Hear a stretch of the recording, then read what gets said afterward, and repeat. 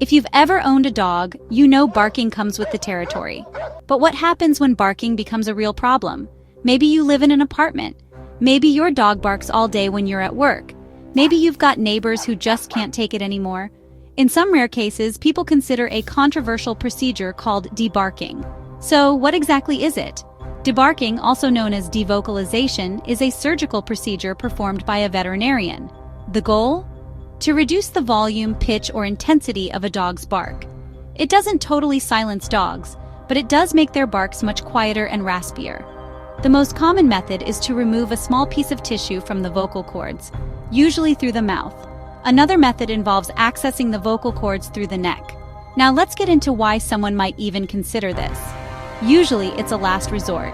Owners might turn to debarking after exhausting all other options, like training, hiring behaviorists, or trying anti-bark collars. Sometimes it's proposed to prevent a dog from being surrendered or euthanized due to noise complaints.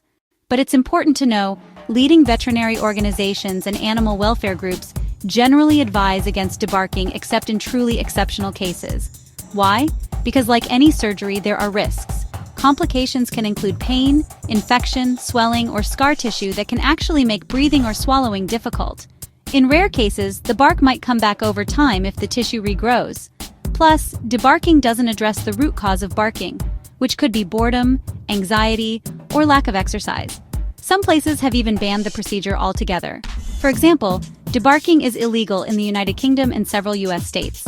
Where it is legal, it's usually only allowed if a veterinarian determines it's medically necessary. So, what are the arguments for and against? On one side, supporters say debarking can sometimes save a dog's life. It's seen as a last-chance option for dogs at risk of losing their homes. On the other hand, critics call it inhumane, arguing that it puts the owner's convenience above the dog's well-being and that there are better, more humane ways to manage barking. If you're dealing with a noisy dog, what are your options? The gold standard is positive reinforcement training, rewarding quiet behavior and teaching commands like quiet or enough. Sometimes consulting a professional trainer or behaviorist makes a huge difference. Ensuring your dog gets enough exercise, socialization, and mental stimulation can also help cut down on excess barking. In some cases, medical issues might be the cause, so a visit to your vet is always a good idea.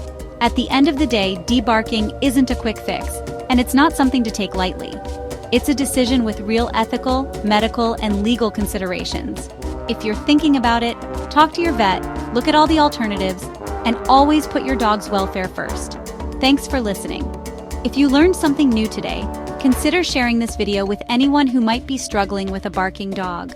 Remember, a little patience and the right approach can go a long way.